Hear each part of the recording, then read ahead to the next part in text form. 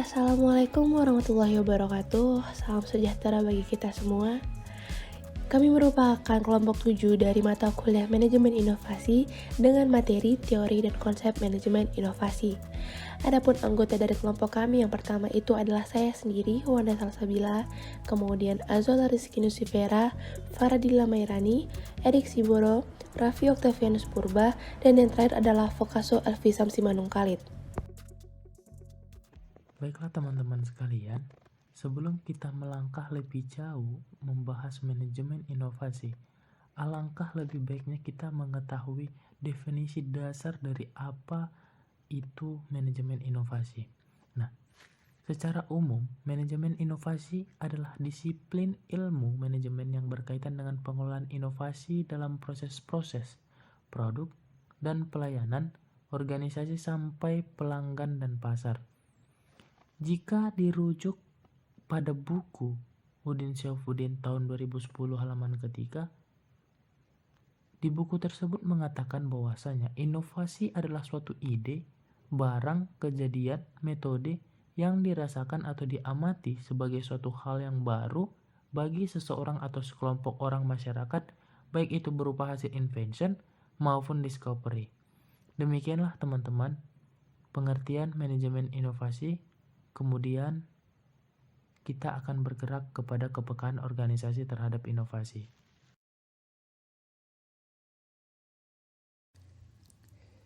Kepekaan organisasi terhadap inovasi. Kepekaan sebuah organisasi terhadap munculnya inovasi dipengaruhi oleh beberapa variabel berikut ini. Yang pertama, ukuran suatu organisasi. Makin besar ukuran suatu organisasi, maka makin cepat menerima inovasi. Yang kedua, karakteristik struktur organisasi yang mencakup sentralisasi, kompleksitas, formalitas, keakraban hubungan antar anggota, dan kelenturan organisasi. Kemudian yang ketiga adalah karakteristik perorangan atau pemimpin. Sikap pemimpin terhadap inovasi memiliki hubungan positif dengan kepekaan organisasi terhadap inovasi. Ketika seorang pemimpin memiliki sikap yang terbuka terhadap inovasi, maka semakin cepat organisasi itu menerima inovasi. Kemudian, yang keempat, karakteristik eksternal organisasi. Hal ini berkaitan dengan sistem yang dianut oleh organisasi.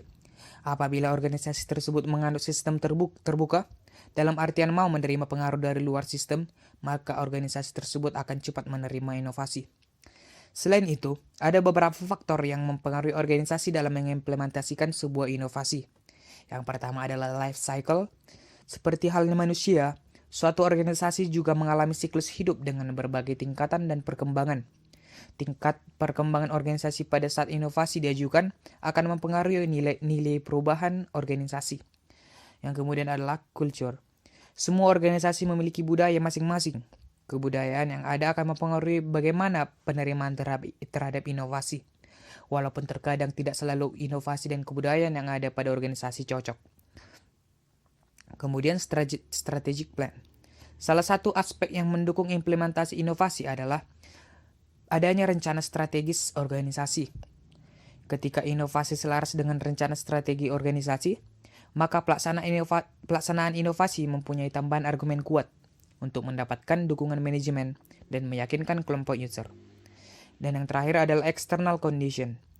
Akan selalu ada kondisi eksternal yang mempengaruhi organisasi. Hal-hal semacam ini harus juga dipertimbangkan ketika mengaplikasikan sebuah inovasi, karena hal tersebut akan memberikan pengaruh yang signifikan secara tidak langsung terhadap jalannya inovasi dan organisasi. Selanjutnya kita akan membahas keputusan inovasi dalam organisasi. Pengambilan keputusan dalam sebuah organisasi memiliki peran yang sangat penting, karena dampak pemilihan keputusan tersebut akan mempengaruhi keberlangsungan organisasi tersebut. Pengambilan keputusan yang tepat akan berpengaruh positif bagi organisasi tersebut. Sebaliknya, jika pengambilan keputusan itu salah atau menghasilkan keputusan yang salah, maka justru akan merugikan sebuah organisasi. Nah, pada pengambilan keputusan inovasi, para pengambil keputusan akan dihadapkan dengan berbagai kemungkinan. Namun, para pengambil keputusan telah mengetahui dengan jelas segala kemungkinan yang akan terjadi. Namun, belum dicoba, sehingga harus berani mengambil resiko. Ada dua keputusan inovasi dalam sebuah organisasi. Yang pertama ialah keputusan otoritas, di mana keputusan otoritas yaitu dibuat oleh seseorang atau sekelompok orang yang sering juga disebut kelompok dominan dalam sebuah organisasi. Misalnya direktur atau sekelompok manajer. Nah, dalam keputusan otoritas ada dua macam tipe. Yang pertama, keputusan otoritas dengan partisipasi anggota organisasi, dan yang kedua, keputusan otoritas tanpa partisipasi anggota organisasi, di mana yang pertama tersebut dalam memutuskan sebuah inovasi, maka melibatkan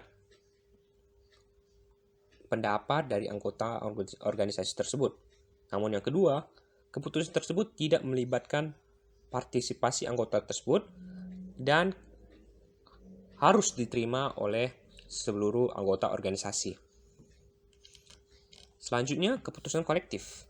Seorang ahli bernama Roger D. Schumacher mendefinisikan keputusan kolektif sebagai suatu cara yang digunakan para anggota sistem sosial untuk menerima atau menolak inovasi dengan kesepakatan bersama, dan semua anggota harus menerima keputusan tersebut.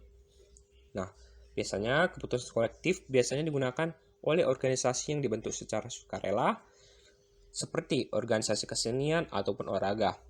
Contohnya, pada organisasi kesenian, semua anggota maupun pimpinannya harus melakukan kesepakatan bersama tentang inovasi yang akan dilakukan. Sehingga semua anggota tersebut harus menerima keputusan yang telah dibuat bersama tersebut. Sekian dari saya. Kita lanjut kepada proses inovasi dalam organisasi.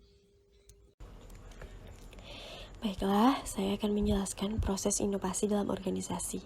Proses inovasi adalah serangkaian aktivitas yang dilakukan oleh individu atau organisasi, mulai sadar atau tahu adanya inovasi sampai menerapkan implementasi inovasi.